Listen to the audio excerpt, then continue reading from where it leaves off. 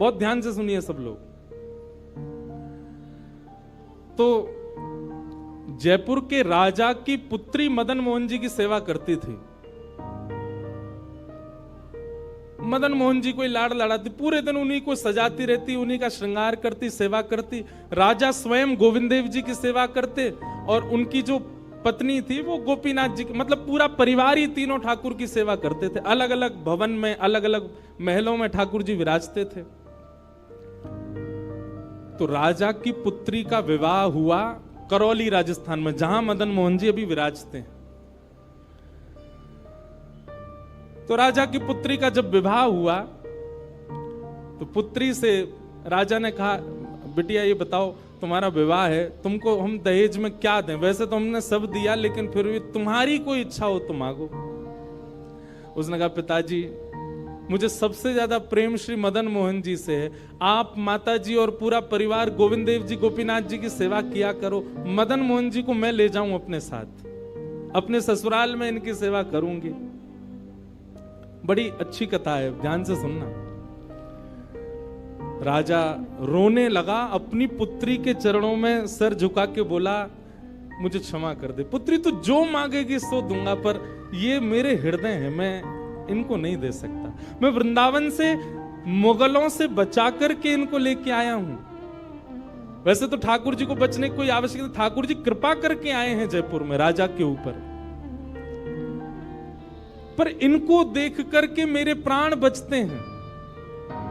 तू जो मांगेगी सो दे दूंगा। पर मदन मोहन जी बोले, पिताजी गोविंद देव जी गोपीनाथ जी हैं ना आपके पास में, मदन एक ठाकुर जी मुझको दे दो।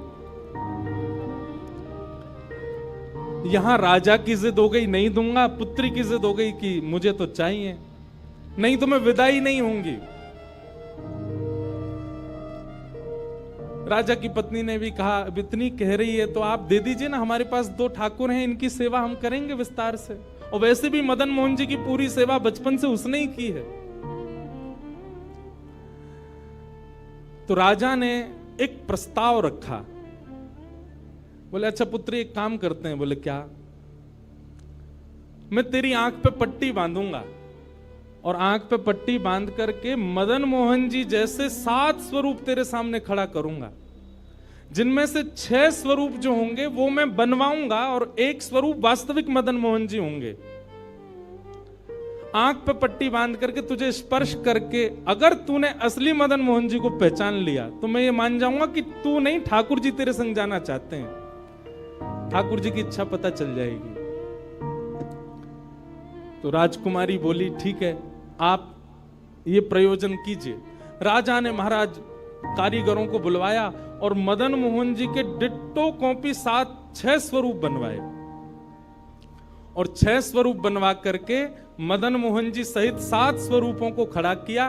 पुत्री के आंख पर पट्टी बांध दी, एक जैसा इत्र, एक जैसी पोशाक, एक जैसा मुकुट, एक जैसा श्रृंगार, सब कुछ बिल्कुल एक जैसा।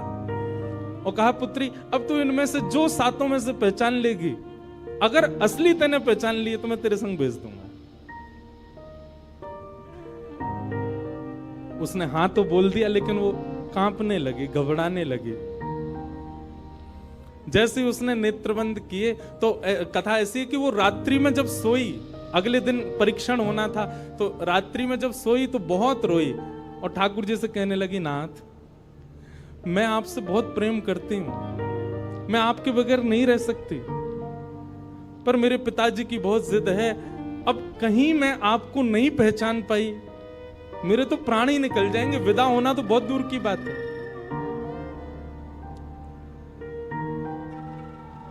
रुदन करते करते करते करते, बंधुओं एक मेरी बात बहुत ध्यान से सुनिएगा, कभी ठाकुर जी के विरह में यदि आपके अश्रु नहीं आए हैं ना, तो अभी आप भक्ति के भाव से बहुत दूर हो।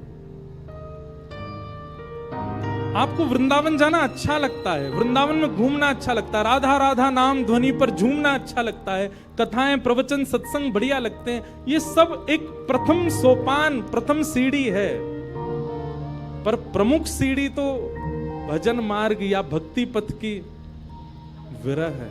अगर वो आपके चित्त में कभी ठाकुर जी के लिए नहीं आया है तो अभी आप बहुत पीछे छूटे हुए हो। रात भर रोती रही और रुदन करते करते, नाथ मैं कैसे पहचानूंगी कि आप सत्य कौन से हो।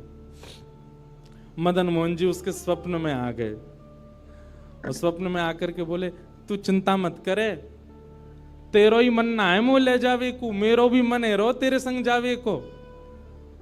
अरे जे सब मेरी सेवा तो करें, पर तेरी जैसी सेवा तो कोई करेगो ना, मेरो भी बड़ो मन है तेरे संग चलवे को। तो उसने कहा, तो नाथ कुछ कृपा तो करो। बोले हाँ मैं एक काम करूंगा। बोले कहा, तू सबरे स्वरूपन को जब स्पर्श करेगी ना, तो असली मदन मोहन जो मैं हूं, तू मेरे हाथन को स्पर्श करियो। तो हाथ कैसे? ऐसे। ठाकुर जी त्रिभंग लली ठाकुर जी, तो ठाकुर जी बोले तू मेरे हाथन को स्पर्श करियो, तो जितने मेरे अन्य स्वरूप हैं 6 वो तो ऐसे ही रहेंगे, लेकिन जैसे ही तू वास्तविक मेरे सामने आवेगी, सो मैं अपनी इकन्नी उंगली उठा दूंगा, अपनी कोने वाली उंगली उठा दूंगा।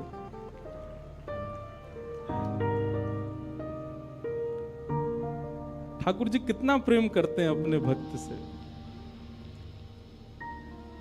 ठाकुर जी बोले मैं अपनी इकन्नी उंगली उठा दूंगा और तू स्पर्श करती करती मेरी जैसे इकन्नी उंगली उठे, वाकू पकड़ लियो और तुरंत पिताजी से कह दियो, जय रे मदन मोहन जी, मैं चल दूंगा तेरे संग। अब तो दूसरे दिन वो पिताजी के पास गए, पिताजी जल्दी करिए, कब चलना है, कब? बोले तुझे तो इतना विश्वास है जैसे तू वास्तविक में मदन मोहन जी को ले ही जाएगी, लेकिन बिटिया तू भी याद रखियो, मैंने ऐसे स्वरूप बनवाए कि कोई बता ही नहीं सकता कि असली मदन मोहन कौन से। बोले पिताजी आप सन्मुख पधराओ। तो महाराज भीड़ लग गई देखने वालों की, पूरा राजभवन इकट्ठा हो गया जयपुर का। 7 स्वरूप विराजमान हुए। पुत्री के आंख पर अभी विवाह हुआ, उसका विदाई नहीं हुई है, आंख पर पट्टी बांध करके और कहा जाओ, अगर मदन मोहन जी की इच्छा होगी तो तू ढूंढ ले। अब मदन मोहन जी तो पहले ही बता चुके हैं, ऐसे मिलूंगा। जैसे मानो टीचर पहले ही एग्जाम पेपर लीक कर दे, ये क्वेश्चन आने वाले, तैयार कर आना। उसने जाकर के जैसे स्वरूप स्पर्श करने प्रारंभ किए, पहला बोले ये नहीं है, दूसरा स्पर्श किया, ये भी नहीं है। ठाकुर जी खड़े थे 5वीं पंक्ति में, 5वें वाले थे। तीसरे स्पर्श किए, बोले ये भी नहीं है। चौथे किए, बोले ये भी नहीं है। जैसे ही 5वें का स्पर्श किया और मुखमंडल का स्पर्श किया, गले का स्पर्श किया, वक्ष का स्पर्श कर, जैसे ही ठाकुर जी की भुजा पकड़ी, सो ठाकुर जी ने अपनी इकन्नी उंगली हिला दी। और जैसे ही इकन्नी उंगली हिलाई, उसने तो, पिताजी यही है मदन मोहन जी। आहा, राजा के तो नेत्रों से आंसू गिर गए, चरणों में गिर गए, उठ करके अपनी बिटिया को गले से लगा लिया, कान में बोले बोले मैंने इकन्नी उंगली हिलते हुए देख ली। मुझे ये बात पता चल गई है कि भैया तेरी जिद नहीं है इनको ले जाने की, इनकी भी जिद है तेरे संग जाने की। और महाराज गाजे बाजे रथ में आरूढ़ करके श्री मदन मोहन लाल जी करौली राजस्थान को प्रस्थान किए। बोलो मदन मोहन लाल की। बिहरत निस दिन कुंज गलन में, ब्रज जन मन सुख धाम। मदन मोहन को रूप निरख के, मदन मोहन को रूप निरख, सनातन बल बल जाए। वृंदावन प्यारो वृंदावन, श्री वृंदावन। ये भैया ऐसे ही भजन नहीं बना है, ये ऐसे ही आपके झूमने के लिए कीर्तन नहीं, ये पूरा वृंदावन समाविष्ट करवा दिया हमारे गिरधर लाल जी ने एक ही पद में। पूरा वृंदावन विराज रहा है। ठाकुर जी जड़ नहीं है। दूसरा स्वरूप क्या है ठाकुर जी का? चैतन्य। कौन है ठाकुर जी? चैतन्य। कई लोग पूछते हैं महाराज जी सेवा का कोई प्रकल्प बताओ, सेवा का कोई भाव बताओ, सेवा कैसे करनी चाहिए, सेवा में क्या होना चाहिए, क्या नहीं होना चाहिए। हमारी एक बात सब लोग सुन लीजिए, यहां लगभग सब सेवा वाले ही बैठे हैं। आप ठाकुर जी के प्रति चैतन्य भाव अपने हृदय में प्रगाढ़ कर लो। चैतन्य भाव प्रगाढ़ मतलब ये कोई पाषाण नहीं है, ये कोई प्रतिमा नहीं है, ये कोई धातु नहीं है। साक्षात वृंदावन चंद मेरे घर पे विराज रहे हैं। ये विश्वास आप अपने चित्त में प्रगाढ़ कर लीजिए। बस आपके जिस दिन ये विश्वास प्रगाढ़ हो गया, अपने आप आपको सेवा सीखनी, किसी से पूछनी नहीं, अपने आप करने लग जाओगे। अरे मां को नहीं बताना पड़ता पुत्र की सेवा कैसे होती है, पत्नी को नहीं सिखाना पड़ता पति को कैसे पूछना है। सारे संबंध हम अपने आप सीख लेते हैं। तो ठाकुर जी से जो हमारा प्रेम भाव है, उसके लिए हमको पूछना क्यों पड़ता है कि कैसे करें, भोग कैसे लगाएं, सुलाएं कैसे, ये कैसे करें।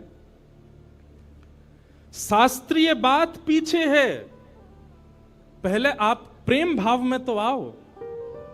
ठाकुर जी अपने आप सिखा देंगे अपनी सेवा कैसे करनी।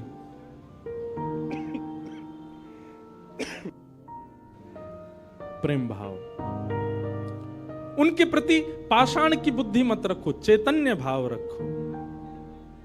जैसे आपके चित्त में चैतन्य भाव आया कि ये तो चलते फिरते उठते बैठते सब करते हैं, केवल मेरे सामने ऐसे खड़े हो जाते हैं मूर्तिमंत होकर के। मानो ये ठाकुर जी मुझसे कह रहे हैं कि तू अपनो इतना प्रेम मुझको प्रदान कर कि मैं चलन लगूं, मैं फिरन लगूं। सब लोग एक बात याद रखिएगा, जिसके भी घर में ठाकुर जी की सेवा है, ठाकुर जी हमको चैलेंज करते हैं।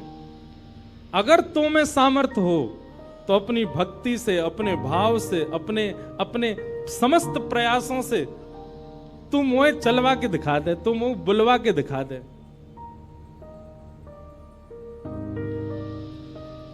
बोलो गंगा मैया की।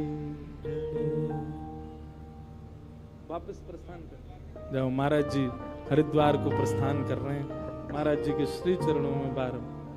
हाँ आऊंगा महाराज जी, मैं दिसंबर में आऊंगा जल्दी। बोलो गंगा मैया की। मैं क्या कह रहा था, ठाकुर जी हम आप सबको एक चैलेंज देके रखें कि तो में यदि सामर्थ्य हो, मुझे बुलवा के दिखाए दे, मुझे चलवा के दिखाए दे, मुझसे कोई लीला करवा के दिखा दे। मैं तो ऐसे ही बैठा रहूंगा लड्डू गोपाल बने। तेरे प्रेम में सामर्थ्य हो तो करवाए ले। जिस दिन ठाकुर जी हमारे घर आ जाते हैं, उसी दिन से हमारी एक चैलेंज हमारे ऊपर आ जाता है।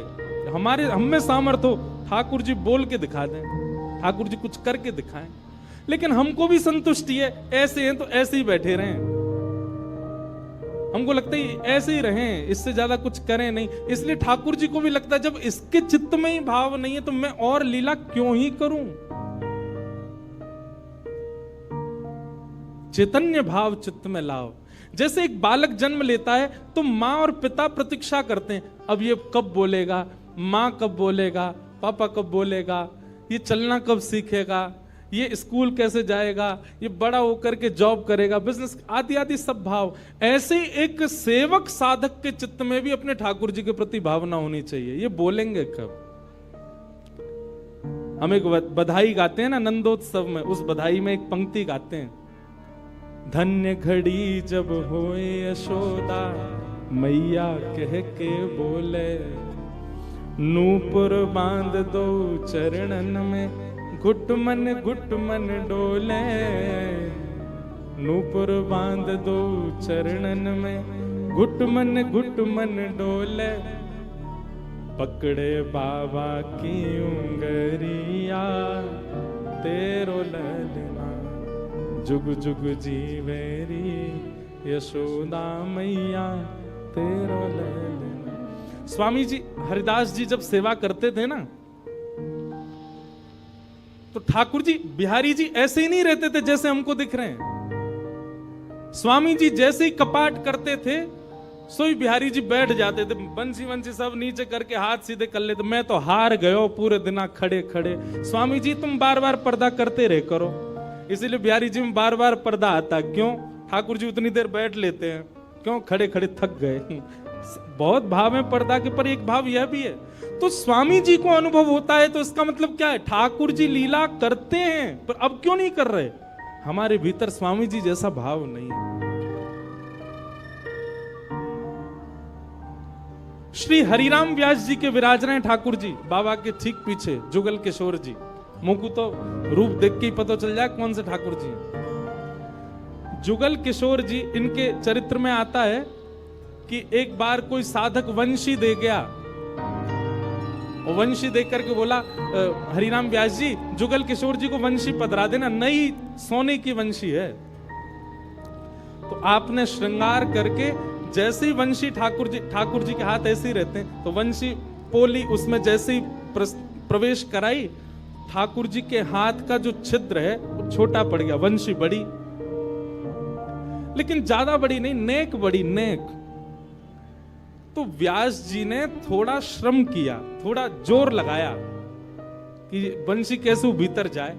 तो जैसे ही जोर लगाया, ठाकुर जी का हाथ छिल गया और वहां से रक्त निकलने लगा श्री जुगल किशोर जी के। हरिराम व्यास जी ने जैसे ही रक्त देखा, मूर्छित होकर गिर पड़े वहीं पर। और जब होश में आए तो अपने पुत्र को सेवा दे दी और कहा मैंने ठाकुर जी को श्रमित कराया है, अब मैं अपने आप को दंड दूंगा। तो क्या दंड दिया? सूर्य उदय से सूर्यास्त तक वृंदावन की परिक्रमा ही लगाते रहते थे, ये दंड दिया उन्होंने खुद को। पहला दिन था दंड का। एक बात सुनिएगा, इन आचार्यों के चरित्र से ना कुछ कुछ सीखा कीजिए। आपकी सेवा में आपसे कोई अपराध बनता है, आपसे कोई गलती हो जाती है, आपसे कोई दोष बन जाता है, तो उसके लिए आप जाकर के पूछते हैं हमसे अपराध हो गया, हम क्या करें? पूछिए मत, स्वयं को अपने आप ही दंड उत्सव मना लीजिए। और दंड उत्सव क्या है? तुरंत वृंदावन जाओ, एक परिक्रमा लगाओ, किसी वैष्णव को प्रसाद पवाओ, ब्रजवासी को कुछ दे करके उनको प्रसन्न करके आओ। यही दंड है वैष्णव अपराध का, भगवत अपराध का। तो श्री हरिराम व्यास जी वृंदावन में भ्रमण करते रहे, परिक्रमा लगाते रहे। परिक्रमा करके रात्रि में जैसे ही लौट करके आए, बहुत सावधानी से सुनो, तो शयन का दर्शन करने जब गए तो शयन के दर्शन में आपने क्या देखा कि जुगल किशोर जी ने स्वर्ण की वंशी धारण कर रखी, वही वंशी जो सुबह वो पधराना चाह रहे थे। उन्होंने अपने पुत्र को बुलाया, पुत्र को बुला के बोले ये वंशी सुबह ठाकुर जी के हाथ में नहीं आ रही थी, अभी कैसे धारण हो गई? बोले पता नहीं पिताजी, आप तो चले गए थे, मैंने वंशी उठा करके धारण कराई, ठाकुर जी ने धारण कर ली। हरिराम व्यास जी ने जैसे ही वंशी निकाल करके देखी तो क्या पाया? ठाकुर जी ने अपना हाथ ही बड़ा कर लिया वंशी धारण करने के लिए, उनके लिए। अब ताली से काम नहीं चले, हमारे ठाकुर जी करते हैं ऐसे? क्यों नहीं करते? और हम संतुष्ट क्यों हो जाते हैं? जैसी सेवा है उससे हमको प्रसन्नता क्यों हो जाती है? नहीं, ये इस बात का प्रमाण है कि कहीं ना कहीं हमारी भक्ति में, हमारे भाव में, हमारे प्रेम में अभी वो स्तर नहीं आया कि ठाकुर जी उसको स्वीकार कर लें। इसलिए भैया, सबसे पहली बात भक्ति में, सेवा में सबसे पहला प्रकार, ठाकुर जी को आप चैतन्य मानो। वो जड़ नहीं है, वो पीतल के नहीं है, वो अष्टधातु के नहीं है, वो मार्बल के नहीं है, वो साक्षात ठाकुर जी, वो साक्षात चैतन्य है। उनके प्रति चैतन्य बुद्धि आपने धारण कर ली, अपने आप ठाकुर जी अपने आप लीलाएं कराना प्रारंभ कर देंगे। मुझको राधा रमण कर दो वैसा, मुझको राधा, नित्य की प्रार्थना होनी चाहिए ठाकुर जी से। रटू में तेरा नाम यूं आठों याम, रटू में तेरा यूं आठों याम, रटू में तेरा नाम यूं आठों याम,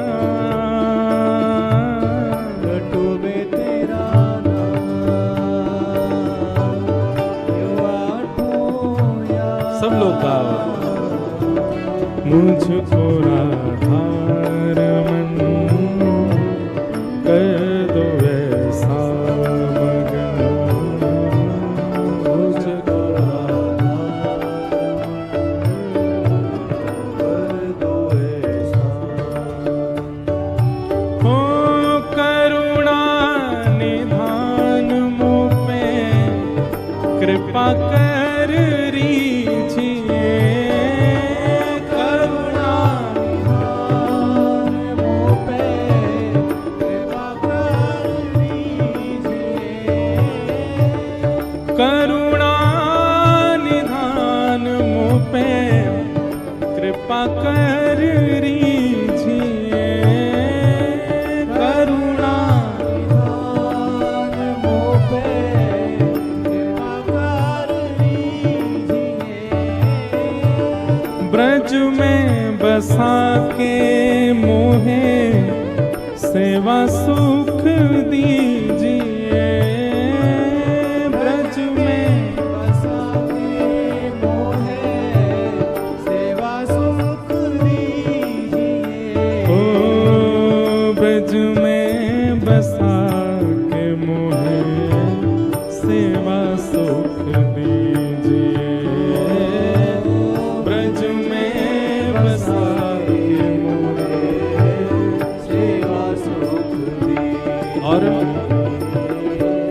प्रेम से भर दो मन गाऊं तेरे भजन, प्रेम से भर दो मन गाऊं तेरे भजन, ओ रटूं मैं तेरा नाम यूं आठों याम,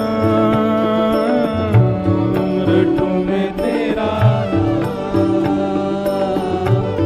यूं आठों याम, मुझको राधारमन कर दो ऐसा मगन, मुझको राधारमन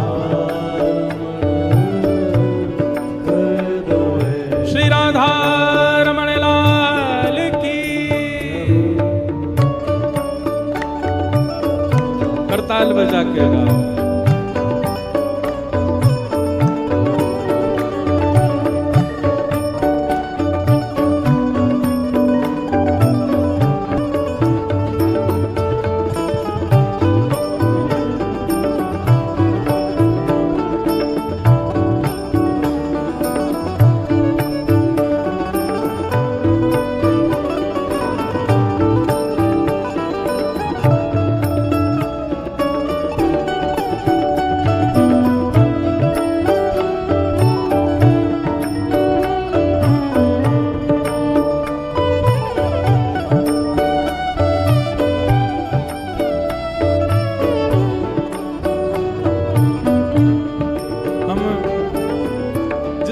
पर चर्चा कर रहे हैं कि ठाकुर जी को चैतन्य मानो, वे पाषाण नहीं है, वे पाषाण तो हमारे लिए बन करके खड़े हैं कि तू अपने प्रेम से मुझे चैतन्य बना, वो चैतन्य ही हैं। और उसी भाव की पूर्ति इस पद के दूसरे भाव में, दूसरे अंतरे में होती है। भाव से गाओ सब लोग।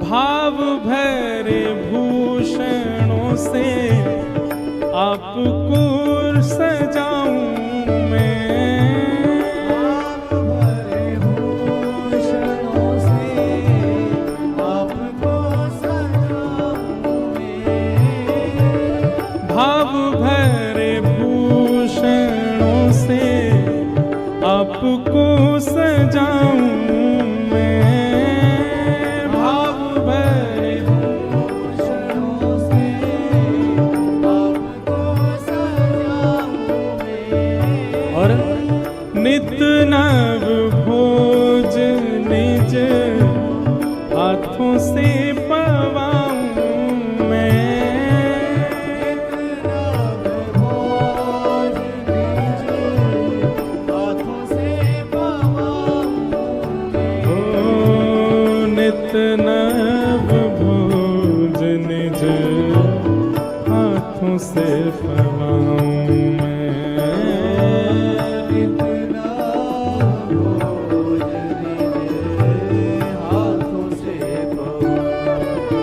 भैया हम सबके लाल जी पूरे दिन खड़े रहे, और कोई के लड्डू गोपाल हैं तो पूरे दिन बैठे रहे, उनके पामन में दर्द ना हो तो ऐसी भावना हमारे चित्त में नहीं आती कभी।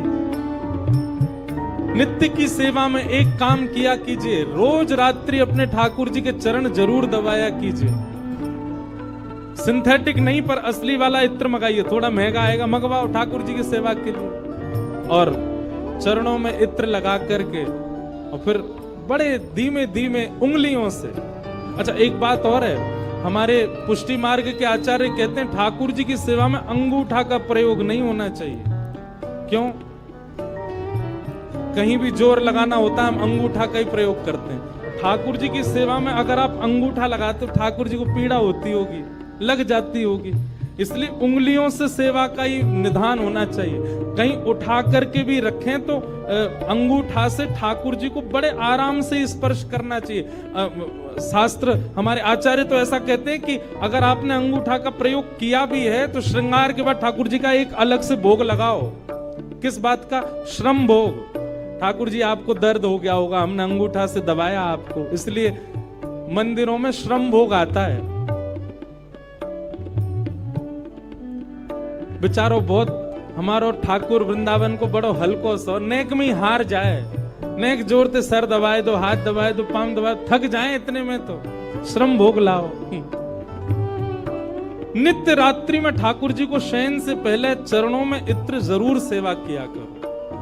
श्रृंगार कोई कर जाए, भोग कोई बनावे, पर रात्रि शयन तो सेवक को स्वयं कराने चाहिए। दाबु तुमरे चरण करो जब तुम शयन, दाबु तुमरे चरण करो जब तुम स्वयं, ओ दाबु तुमरे चरण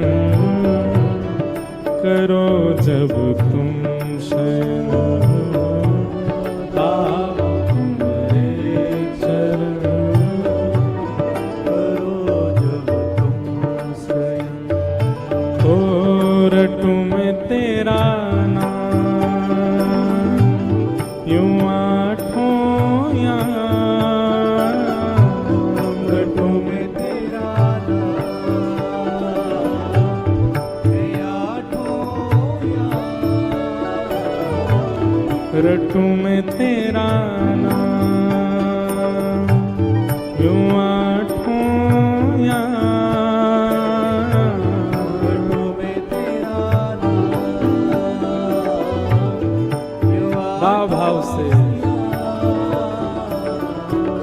मुझको राधार कर दो ऐसा, मुझको आधार कर दो ऐसा, ओ मुझको राधार कर दो ऐसा, मुझको आधार कर दो ऐसा। ओ